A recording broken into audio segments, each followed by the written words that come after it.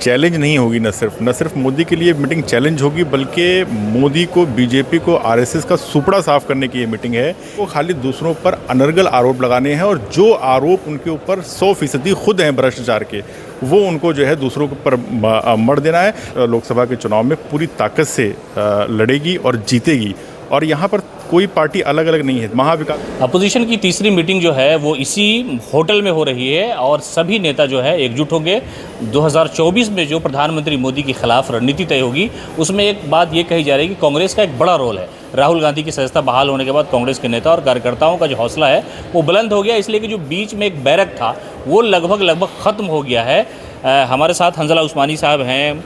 यहाँ पर आपको जिम्मेदारी मिली, कांग्रेस के युवा नेता हैं, आप क्या लगता है कि मोदी के लिए ये मीटिंग चैलेंज होगी या यूं ही मीटिंग हो रही है? मोदी के लिए ये मीटिंग चैलेंज नहीं होगी। न सिर्फ मोदी के लिए मीटिंग चैलेंज होगी, बल्कि मोदी को, बीजेपी को, आरएसएस का सुपड़ा साफ करने की ये मीटिंग है।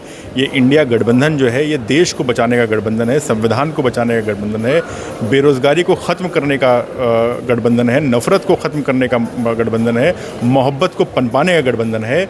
ये भाजपा सरकार की मोदी की नींव को, ये बैठक मोदी की नींव को हिला कर रख देगी, और निश्चित तौर से इस बैठक का बड़ा परिणाम निकलेगा। और जब 2024 के चुनाव आएंगे तो निश्चित रूप से इंडिया गठबंधन भारत की सत्ता पर काबिज होगा, और फासीवादी ताकतों को, जो नफरत फैलाती हैं, ऐसी ताकतों को उखाड़ के फेंकने में, मोदी को उखाड़ के फेंकने में पूरी तरह से कारगर होगा। लेकिन हज़रत भाई, सबसे बड़ी बात यह है कि प्रधानमंत्री खुद अपनी ज़बान से, उनके जो नेता जो बोले वो बोले, आप लोगों को ये कह रहे हैं कि भ्रष्टाचारियों की जमात एक साथ मेरे खिलाफ खड़ी हो गई है।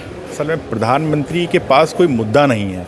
प्रधानमंत्री भ्रष्टाचार का प्रधानमंत्री, मुझे लगता है कि आज़ाद भारत में जितने भी प्रधानमंत्री आए हैं, सबसे भ्रष्ट प्रधानमंत्री अगर कोई होंगे तो नरेंद्र मोदी जी होंगे। वो अपना आरोप दूसरे पर मढ़ देना, इससे और पीछा छुड़ा देना, ना बेरोज़गारी पे उनको जवाब देना है, ना उनको क्या नाम है महंगाई पे जवाब देना है, ना अभी जो वहाँ मणिपुर में जो हुआ ना उस पर जवाब देना है। उनको खाली दूसरों पर अनर्गल आरोप लगाने हैं, और जो आरोप उनके ऊपर 100% खुद हैं भ्रष्टाचार के, वो उनको जो है दूसरों के ऊपर मढ़ देना है। हमारा तो गठबंधन जो है, जितने भी दल गठबंधन में है, सबका अस्तित्व है, लेकिन उनका जो गठबंधन है 38 दलों का, उनका कोई अस्तित्व ही नहीं है। अच्छा, एक सवाल ये रहेगा कि महाराष्ट्र में क्या स्थिति होगी? कांग्रेस, एनसीपी और शिवसेना के साथ है, लेकिन एक शिवसेना का धारा उस तरफ है।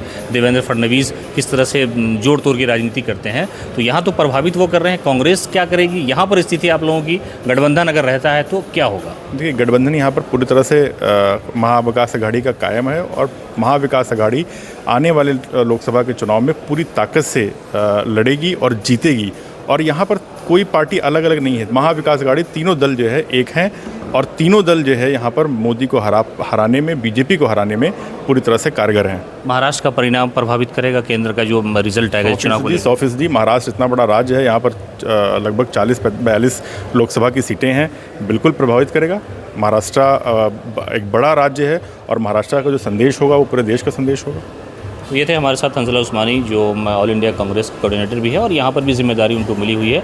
लेकिन कहा यह जा रहा है कि जो चुनावी परिणाम होंगे उसमें महाराष्ट्र का जो नतीजा होगा वो भी बहुत प्रभावित करने वाला होगा। हालांकि महाराष्ट्र में जो अलायंस है वो इस वक्त शरद पवार, उसके अलावा उद्धव ठाकरे और एनसीपी के साथ साथ कांग्रेस का बड़ा रोल रहेगा। इसी में सारी चीज़ें जो हैं कांग्रेस करेगी। यहाँ पर भी हमारे लिए परिणाम 2024 में जो प्रभावित करेगा मोदी को, वही रहेगा।